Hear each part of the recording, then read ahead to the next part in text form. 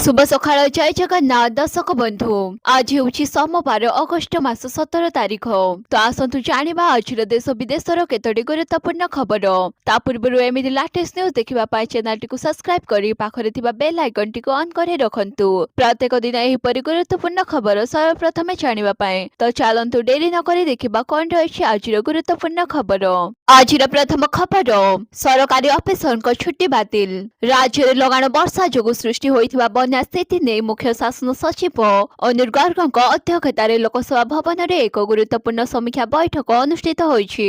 बैठक में एसआरसी राजेश प्रभाकर पाटिल, राजस्व सचिव अरविंद पाढ़ी, जल संपद सचिव सभा शर्मा, नगर उन्नयन विभाग सचिव उषा पाढ़ी समेत वरिष्ठ अधिकारी माने उपस्थित थिले। समीक्षा बैठक में मुख्य शासन सचिव वर्षा और बन्या प्रभावित जिलार जिलापाल मानक सह आलोचना कर स्थिति संपर्क में अवगत होइथिले। वर्तमान सुधा वर्षा रे 49 ब्लॉक 5टी सहर और 331 ग्राम पंचायत प्रभावित होइछि। प्राय 5,15,000 लोक प्रभावित होइथिबा बेले सुरक्षा दृष्टि 2,37,000 लोकଙ୍କୁ स्थानांतर करा जाइछि।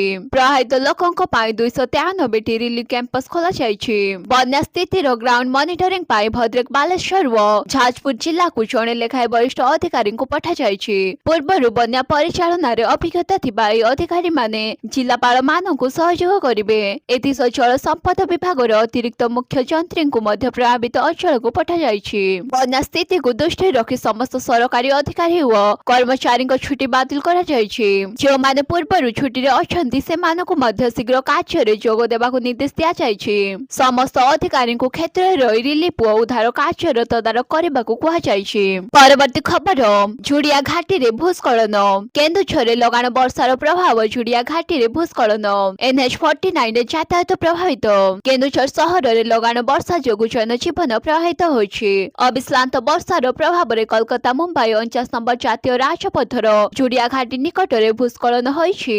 घाटी बड़ बड़ पत्थर और माटी खसी रास्ता ऊपर पड़िबारु यानवाहन चलाचल प्रभावित होइछि। घटना पर सुरक्षा दृष्टि NHI पक्षरु राजपथर गोटे पटकु बंद करा जाइछि। वर्तमान रास्तार अन्य पट दे उभय दिगर गाड़ी चलाचल करुछि। फलरे राजपथरे यानवाहन धीर गति रे चालुथिबा बेले यातायात प्रभावित होइछि। परवर्ती खबर आगुआ होई गला लघुचाप बंगोपसागर रे सृष्टि हैला लघुचाप IMD किंबा केही आकलन करि नथिले। एई लघुचाप हठात आसीछि। पुणी 19 एवं 20 आड़कु आउ एक लघुचाप संभावना रहिछि। पश्चिम बंग और ओडिशा उपकूल रे लघुचाप सृष्टि होइछि। आगामी 24 घंटा मध्य उत्तर दिगरे गति करी आहुरी घनीभूत होई पारे लघुचाप।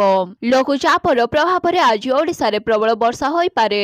आज सकाळु सकाळु भुवनेश्वर कटक रे वर्षा जारी रहिछि। 3 जिला को ऑरेंज और बाकी जिला को येलो वार्निंग जारी करा जाइछि। लघुचाप प्रभाव रे लगाण वर्षा हेबार संभावना रहिछि। बंगोपसागर रे लघुचाप क्षेत्र सृष्टि हेबा परे प्रबल वर्षा नै आकलन करा जाइछि। एहार प्रभाव रे सारा ओडिशा रे प्रबल वर्षार संभावना रहिछि। किछि जिल्ला रे गतकाली राति ठारू वर्षा आरंभ होई जाइछि। आज केन्दुझर, मयूरभंज और बालेश्वर रे प्रबल अति प्रबल वर्षा संभावना रहिछि।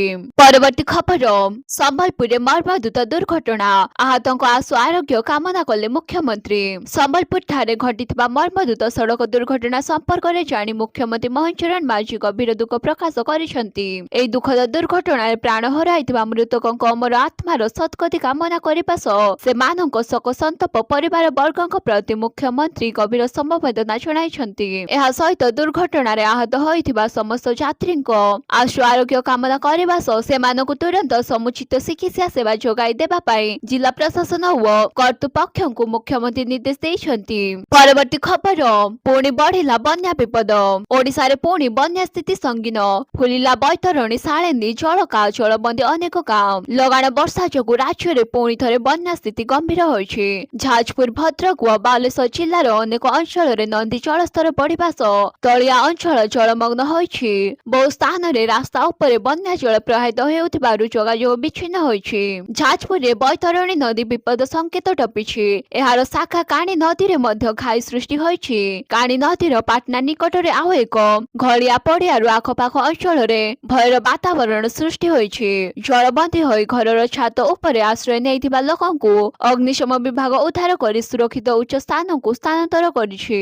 परवर्ती खबर कमिला पेट्रोल दर रविवार अगस्ट 16 तारिख रे भुवनेश्वर रे पेट्रोल दर रे बड़ ह्रास देखा ଦେଖିବାକୁ ମିଳିଛି। ପୂର୍ବ ଦର ତୁଳନାରେ ପେଟ୍ରୋଲ ଲିଟର ପିଛା 4.69 ଟଙ୍କା କମିଛି। ଉପଲବ୍ଧ ପେଟ୍ରୋଲ ଦର ଅନୁସାରେ ଆଜି ଭୁବନେଶ୍ୱରରେ ପେଟ୍ରୋଲ ଲିଟର ପିଛା 108.97 ଟଙ୍କାରେ ବିକ୍ରି ହେଉଛି। ଅନ୍ୟ ପକ୍ଷରେ ଅଗଷ୍ଟ 16 ତାରିଖ ରବିବାର ଭୁବନେଶ୍ୱରରେ ଡିଜେଲ ଦର 0.49 ପଇସା ବଢିଛି। ଆଜି ଡିଜେଲ ଲିଟର ପିଛା 100.68 ଟଙ୍କା ରହିଛି। ପରବର୍ତ୍ତୀ ଖବର, ଖୁବ୍ ଶୀଘ୍ର ସମସ୍ତଙ୍କୁ ମିଳିବ ଭତ୍ତା। ମଧୁବାବୁ ପେନସନ ଯୋଜନାରେ ଯୋଗ୍ୟ ଥିବା କୌଣସି ହିତାଧିକାରୀ ଯେପରି ବାଦ ପଡିବେ ନାହିଁ, ସେଥିପାଇଁ ଓଡିଶା ସରକାର ବଡ ପଦକ୍ଷେପ ନେଇଛନ୍ତି। ଯୋଜନା ଅଧୀନରେ ପଡି ରହିଥିବା ବହୁ ସଂଖ୍ୟକ ଆବେଦନକୁ ତୁରନ୍ତ ଯାଞ୍ଚ କରି ନିଷ୍ପତ୍ତି ନେବାକୁ ସମସ୍ତ ଜିଲ୍ଲାପାଳଙ୍କୁ ସରକାର ନିର୍ଦ୍ଦେଶ ଦେଇଛନ୍ତି। ସାମାଜିକ ସୁରକ୍ଷା ଓ ଭିନ୍ନକ୍ଷମ ବ୍ୟକ୍ତିଙ୍କ ସଶକ୍ତିକରଣ ବିଭାଗର ପ୍ରମୁଖ ସଚିବ ସୁରେଶ କୁମାର ବରିଷ୍ଠ ସମସ୍ତ ଜିଲ୍ଲାପାଳଙ୍କୁ ଏକ ଚିଠି ଲେଖିଛନ୍ତି। ଅଗଷ୍ଟ 18 ତାରିଖ ସୁଦ୍ଧା ମଧୁବାବୁ ପେନସନ ଯୋଜନାରେ ପଡି ରହିଥିବା ସମସ୍ତ ଅନଲାଇନ ଆବେଦନର ଯାଞ୍ଚ ଶେଷ କରିବାକୁ ଚିଠିରେ ନିର୍ଦ୍ଦେଶ ଦିଆଯାଇଛି। ବିଭାଗ ପକ୍ଷରୁ କୁହାଯାଇଛି ଯେ ଆବେଦନ ଗୁଡିକର ଯାଞ୍ଚ ବହୁତ ଗୁରୁତ୍ୱପୂର୍ଣ୍ଣ। ଏହା ଦ୍ୱାରା ଯୋଗ୍ୟ ହିତାଧିକାରୀଙ୍କୁ ପେନସନ ଯୋଜନାରେ ସାମିଲ କରାଯାଇପାରିବ।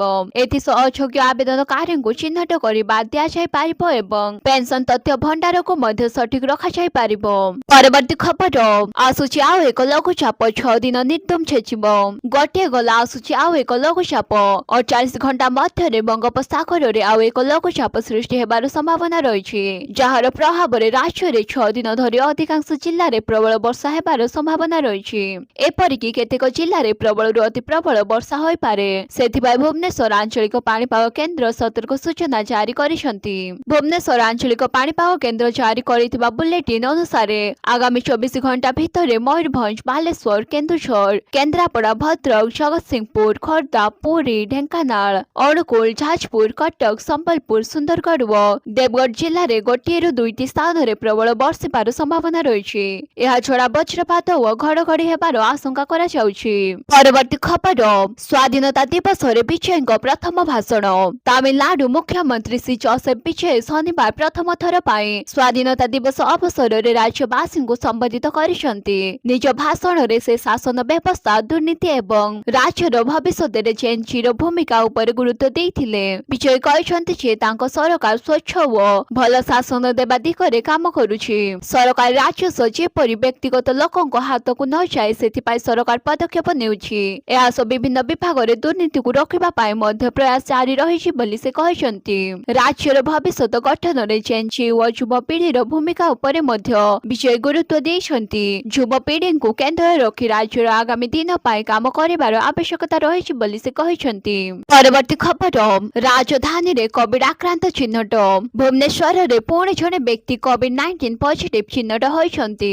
ବରମୁଣ୍ଡା ଅଞ୍ଚଳରେ ଜଣେ 50 ବର୍ଷୀୟ ବ୍ୟକ୍ତିଙ୍କ ରିପୋର୍ଟ ପଜିଟିଭ ଆସିଛି। ଚଳିତ ବର୍ଷ ରାଜଧାନୀରେ ଏହା ପ୍ରଥମ କୋଭିଡ ମାମଲା ବୋଲି ରିପୋର୍ଟରୁ ଜଣାପଡିଛି। ବର୍ତ୍ତମାନ ସମ୍ପୃକ୍ତ ବ୍ୟକ୍ତି ଭୁବନେଶ୍ୱରର ଏକ ଘରୋଇ ହସ୍ପିଟାଲର ଆଇସୋଲେସନ ୱାର୍ଡରେ ଚିକିତ୍ସିତ ହେଉଛନ୍ତି। ହସ୍ପିଟାଲ ସୂତ୍ର ଅନୁସାରେ କୋଭିଡ ପରୀକ୍ଷା ପରେ ତାଙ୍କ ରିପୋର୍ଟ ପଜିଟିଭ ଆସିଥିଲା। ତେବେ ଏହି ମାମଲା ସମ୍ପର୍କରେ ସ୍ୱାସ୍ଥ୍ୟ ବିଭାଗକୁ ଏପର୍ଯ୍ୟନ୍ତ ଔପଚାରିକ ଭାବେ ସୂଚନା ମିଳିନଥିବା କହିଛନ୍ତି ଜନସ୍ୱାସ୍ଥ୍ୟ ନିର୍ଦ୍ଦେଶକ ଡକ୍ଟର ରବୀନ୍ଦ୍ରନାଥ ମିଶ୍ର।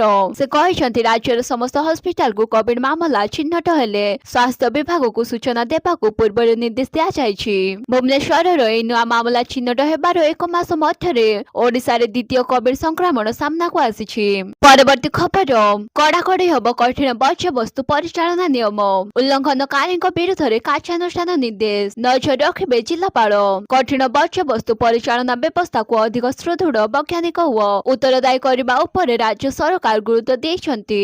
ଉତ୍ସରୁ ବର୍ଜ୍ୟ ପୃଥକୀକରଣ, ବୈଜ୍ଞାନିକ ପ୍ରକ୍ରିୟାକରଣ ଆଦି ନିୟମର କଡାକଡି ଅନୁପାଳନ ପାଇଁ ନିର୍ଦ୍ଦେଶ ଦେଇଛନ୍ତି।